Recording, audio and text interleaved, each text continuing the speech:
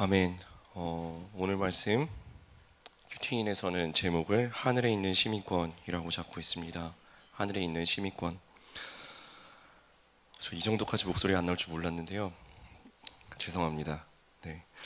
어제부터 이미 몸이 좀 안 좋았는데 바로 이 자리에서 어제 중고등부 청년부가 그 행사를 했어요. 그래서 기도 인도회를까지 다 하고 나니까 목이 완전히 갔어요. 지금 제 목소리는 이래도 하나님께서 오늘 말씀을 통해서 여러분에게 말씀하시고 또한 역사하실 줄로 믿습니다. 바로 들어가 보겠습니다. 첫 번째 단락입니다. 우리 온전히 이룬 자들에 대해서 나오는데요. 15절에 이렇게 말씀하고 있습니다. 그러므로 누구든지 우리 온전히 이룬 자들은 이렇게 생각할지니. 온전히 이룬 자들은 이렇게 생각하래요. 그럼 이렇게가 뭐죠? 이렇게라는 것은 뭔가를 가리키면서 요렇게 생각할지니라고 말씀하고 있는 거잖아요. 그러면 여기서 말씀하고 있는 이렇게는 바로 앞 단락에 있는 10절부터 14절까지 있는 단락을 지칭하고 있습니다. 무엇이라고 바울이 이야기했냐면요, 바울의 소원을 이야기합니다. 먼저 10절에 보면 바울의 소원이 나와요. 첫 번째는 내가 그리스도의 부활의 권능과 고난에 참여함을 알고자 합니다. 그리스도께서 고난당하신 그곳에, 주님께서 다시 살아나신 그곳에 저도 참여하고 싶습니다. 주와 함께 걸어가고 싶습니다. 주님께서 고난받으셨어요? 나도 같이 고난당하고 싶습니다. 주님께서 아파하셨어요? 저도 아프고 싶습니다. 주님께서 기뻐하신 그 자리에서 저도 기뻐하고 싶습니다. 주님 걸어가신 그곳에 참여하고 싶습니다. 참여하고 싶다는 것이 첫 번째 소원이었습니다.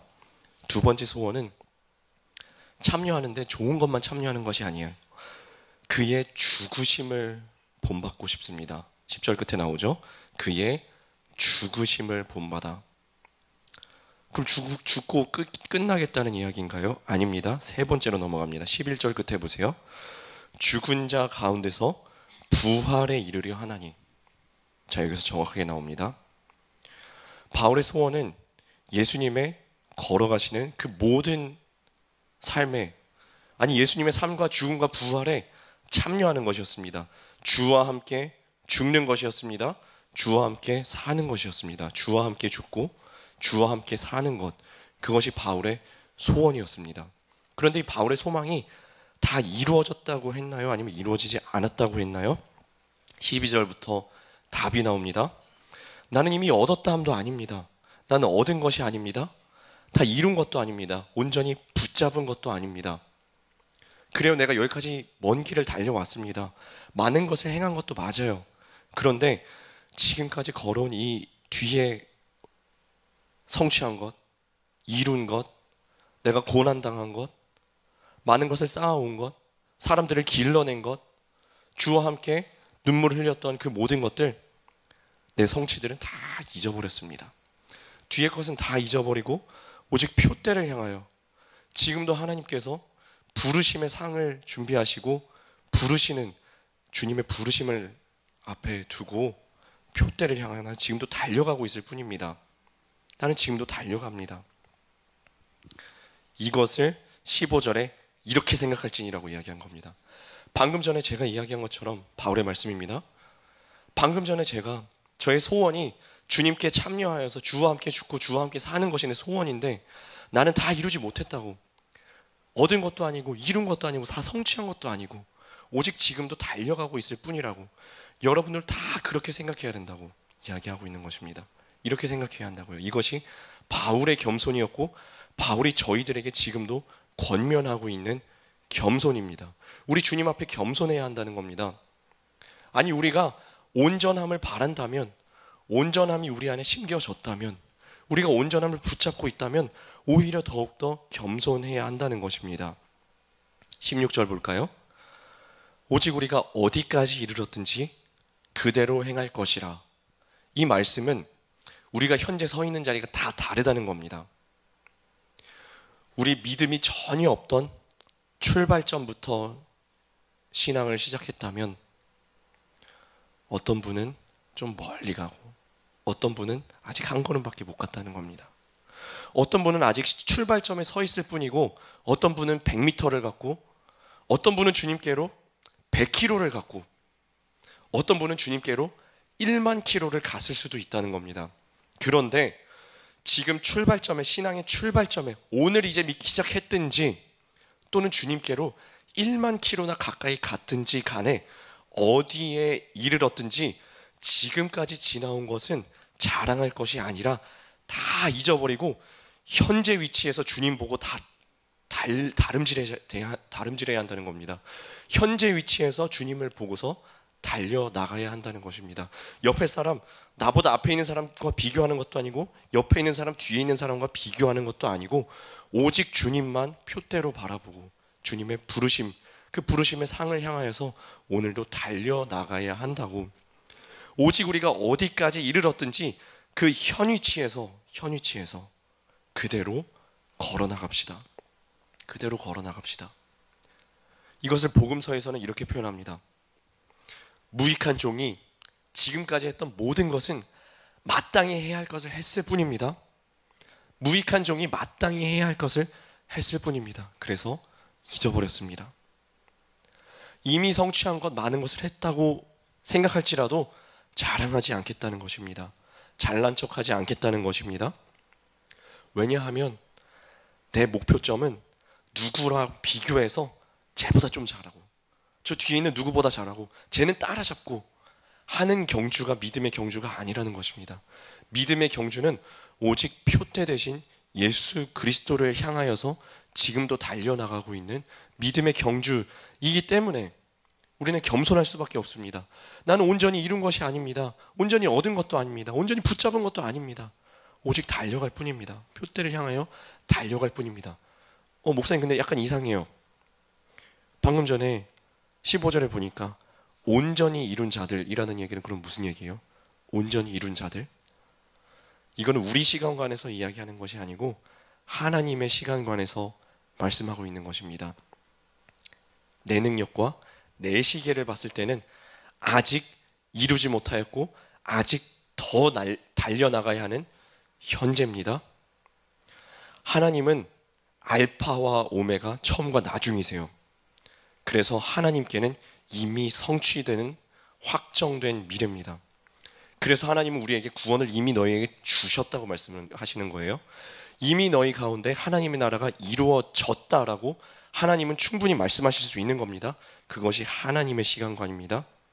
그래서 하나님의 시간관으로 봤을 때는 우리가 가지지만, 우리는 가지라서 우리 힘으로는 열매 맺을 수 없지만 우리가 온전하신 참 포도나무 대신 주님을 꽉 붙잡을 때 우리가 많은 열매를 맺는다고 주님께서 약속하셨습니다. 그래서 온전히 이룬 자들, 여기 15절에서 온전히 이룬 자들이라는 이야기는 온전하신 참 포도나무 대신 주님을 꽉 붙잡은 자들이라는 의미지, 내가 현 시점에서 진짜 온전하다라는 이야기를 하는 것이 아닙니다. 이것은 오해 없으셨으면 좋겠습니다.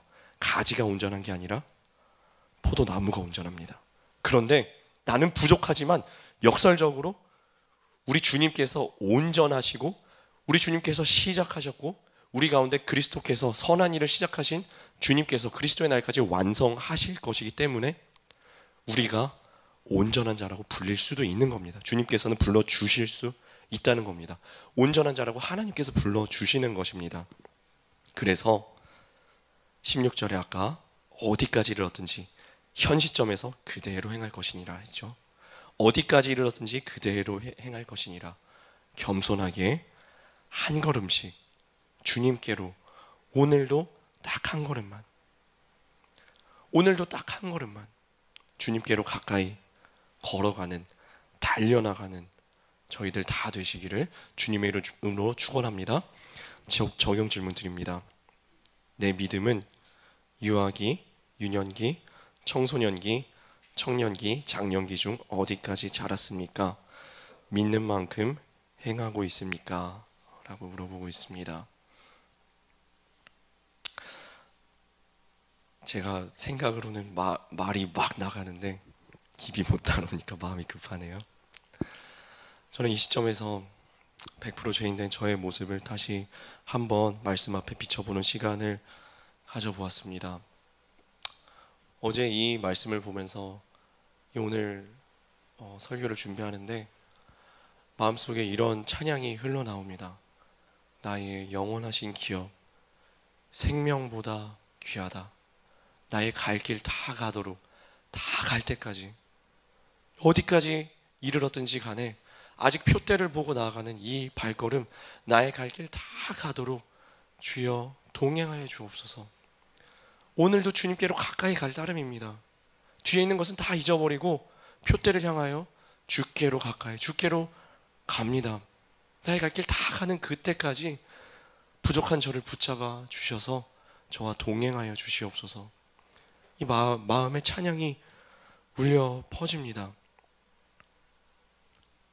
말씀 앞에서, 이 찬양 앞에서 저 자신을 바라보니 주님, 그런데 저 너무 부족해서 아직도 주님만 바라보고 가지 못하고 이 상황 보고 힘들다 하고 있는 저의 모습을 회개하며 주님, 저를 불쌍히 여겨 주시옵소서. 바울은 뒤에 있는 거 다 잊어버리고 지금 이 상황 보고 이야기하는 것도 아니고 오직 표대 대신 주님 바라보고 나간다고 말씀하고 있는데, 주님, 저의 눈에는 자꾸 상황이 보이니 힘이 없습니다. 주님, 저의 눈에도 오직 주님만 바라보게 하여 주옵소서. 겸손하게, 내가 아직 얻은 것도 아니고 이룬 것도 아니고 붙잡은 것도 아니고 나 오늘도 주님과 함께 달려가기 원합니다 하는 마음으로 주님, 저와 오늘도 동행하여 주시옵소서 하는 기도가 울려 퍼졌습니다. 오늘의 이 바울의 고백이 저의 고백이 되고 또한 여러분의 신앙 고백이 되시기를 바랍니다. 두 번째 단락으로 넘어갑니다. 십자가의 원수로 행하는 자들에 대한 이야기가 나옵니다. 17절입니다. 형제들아, 너희는 함께 나를 본받으라. 자, 여기서 다시 한번 또 오해하시면 안 됩니다. 아니, 아까 바울이 온전히 이룬 것 아니라면서요. 붙잡은 것도 아니라면서요. 온전히 성취한 것도 아니라면서요. 근데 어떻게 나를 본받으라고 할 수가 있죠? 이 너무 교만한 거 아닌가요? 제가 요새는 어깨가 안 좋아서 못 배우는데 얼마 전까지만 해도 제가 수영을 배웠어요. 수영을 배우는데 수영 강사분이 자, 수영 열심히 한번 해보세요. 잘 하시면 됩니다. 저 박태환 선수처럼 한번 해보세요 라고 이야기하지 않습니다. 어떻게 하냐면요, 자, 여러분, 숨은 이렇게 쉬는 겁니다. 시선은 어떻게 보는 겁니다. 손은 어떻게 하는 겁니다. 발차기는 어떻게 하는 겁니다. 허리에 힘은 빼야 됩니다. 어깨 힘 너무 들어갔어요. 어깨 살짝 넣으세요. 하나하나 보여줘요. 정말 하나하나. 그리고 이렇게 이야기합니다. 자, 여러분 보셨죠? 좀 전에 제가 한 것처럼 물속에 들어가서 한번 해보세요. 제가 교정해 드릴게요. 저는 그렇게 배웠습니다. 잘 생각해 보면 저희들도 신앙생활을 처음 시작할 때 그렇게 배우지 않으셨나요? 물론 예수님을 바라보고 가야 됩니다. 오직 주님만 바라보고 본받아야 되는 것이 정답입니다. 그런데 신앙생활 교회에서 처음 배우실 때 여러분도 교회로 이끌어 오신 신앙의 선배들이, 신앙의 선생님들이, 신앙의 부모님들이 계셨을 겁니다. 이렇게 배우셨을 거예요. 주일 예배는 이렇게 드리는 거야. 가서 성경책을 딱 펴고 먼저 기도하고 기도한 마음으로 준비해서 헌금은 이렇게 하고, 주일에는 예배가 몇 시에 있어. 예배가 끝나면 어떤 교제가 있어. 주중에는 어떤 속회 예배가 있어. 속회 예배는 이렇게 참석하는 거야. 수요 예배는 어떤 곳이고, 금요 철야 예배는 어떤 곳이고, 심야 예배는 어떤 곳이고, 새벽 기도회는 어떤 곳이야. 교회 나갈 때는 아마 복장은 어떻게 해야 된다는 이야기도 들으셨을걸요. 시간은 어떻게 맞추고, 자리는 어떻게, 기도할 때, 대표 기도할 때는 어떻게 해야 되고 다 배우셨을 겁니다. 그 신앙의 선배들이 진짜 예수님처럼 완전하셔서 그대로 따라 하시는 것이 아닙니다. 제가 배운 그 수영 강사가 무슨 국가대표 금메달 선수라서 완벽해서 따라하는 것이 아닙니다. 근데 우리는 다 그렇게 했다는 거예요. 그렇게 할 수밖에 없습니다. 여러분도 그리고 신앙의 선배로서 신앙의 후배들을 보면서 나 완벽하지 못하니까 나 보지 말고 그렇지, 예수님을 바라보고 해야 되는 말은 맞는 말씀입니다. 그런데 그 말씀으로 내 책임에서 회피하면 안 된다는 겁니다. 그래서 저는 직분도 못 받아요. 저는 속장도 못해요. 강사도 못해요. 권사도 못해요. 장로도 못해요. 임원도 못해요. 아무것도 못해요. 가르치지도 못해요. 전도도 못해요. 봉사도 못해요. 내가 완벽하지 않은걸요. 그렇게 하면 안 된다는 것입니다. 우리 앞서간 신앙의 선배들이 부족하지만 자기가 완벽해서가 아니라 예수님 따라간 거예요. 우리는 예수님 바라보면서 우리보다 먼저 한 발짝 앞서서 우리 손 이끌어줬던 신앙의 선배들을 기억하면서 그 등을 보면서 예수님을 바라보면서 가는 거예요. 우리에게도 신앙의 후배들이 있습니다.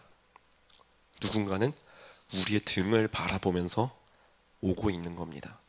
물론 그분들도 예수님 바라보면서 가는 겁니다. 그래서 그런 차원에서 바울은 이야기하고 있는 겁니다. 여러분은 저를 본받으십시오. 신앙생활 이렇게 해야 합니다. 라고 말씀하고 있는 것입니다. 그리고 그 목표점은 분명합니다. 표대는 예수 그리스도입니다. 그래서 이렇게 이야기하는 겁니다. 함께 가십시다. 함께 신앙의 발걸음을 힘들더라도 포기하지 않고 신앙 붙잡고 주 예수 그리스도의 부르심을, 하나님의 부르심의 상을, 그 표대를 향하여서 뒤의 것을 잊어버리고 어디까지 이르렀든지 간에 그 자리에서 주님 바라보면서 함께 달려나가십시다 하고 초청하고 있는 것입니다. 그런데 바울은 이 자리에서 되게 안타까워하고 있습니다. 왜 안타까워하고 있냐면은 이 길을 함께 다 걸어가지 못하고 있기 때문입니다. 그래서 바울은 안타까운 마음으로 눈물을 흘리면서 오늘 말씀에 이렇게 이야기하고 있습니다. 그리스도의 십자가에 원수로 행하는 것, 그리스도의 십자가에 원수로 행하는 것을 너무너무 안타까워하면서 그 길 끝에는 대단한 것이 기다리고 있는 것이 아니라 멸망이 기다리고 있을 뿐이라고 안타까운 심정으로 오늘 말씀 전하고 있는 것입니다. 적용 질문 드립니다. 내가 본받고 싶은 사람은 누구입니까? 나는 가족과 이웃에게 십자가의 본이 되고 있습니까? 십자가의 본이 되고 있습니까? 세 번째 단락으로 들어갑니다. 그리스도를 기다리는 자들. 20절 말씀입니다. 그러나 우리의 시민권은 하늘에 있는지라. 시민권은 하늘에 있는지라. 빌립보서 바로 앞에 저희 히브리서 봤었죠. 히브리서에 이 비슷한 말씀 나온 것 같은데요. 맞습니다. 히브리서 11장에 보면 이런 이야기가 나왔어요. 우리가 이 땅에서는 외국인과 나그네라고. 우리가 비록 이 두 발은 땅을 딛고 살아가지만 땅에 속한 자는 아니라고요.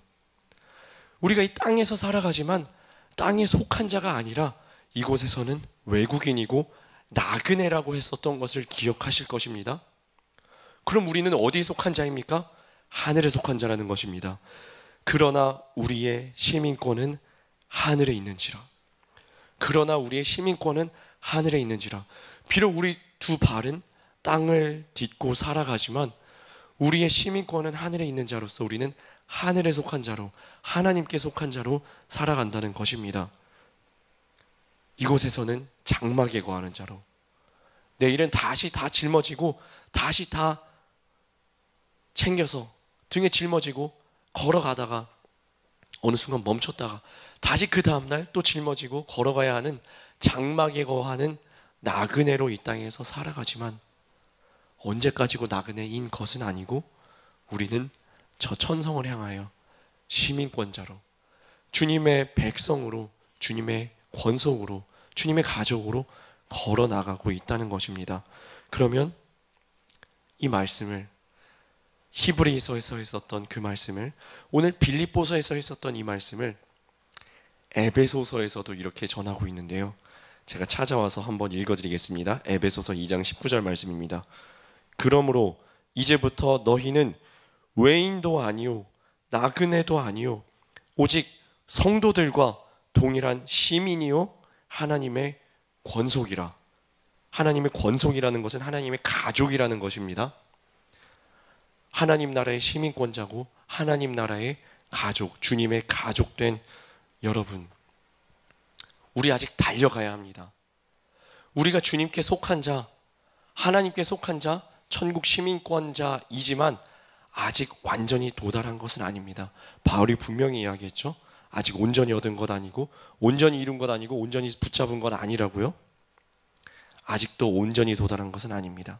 그래서 오늘 말씀 이렇게 이야기하는 겁니다. 우리는 구원의 주 예수 그리스도를 기다리노니, 20절 끝에 나오죠. 구원하는 자 곧 주 예수 그리스도를 기다리노니. 우리는 주님을 기다려야 합니다. 소망으로 기다려야 합니다. 소망으로 기다려야 합니다.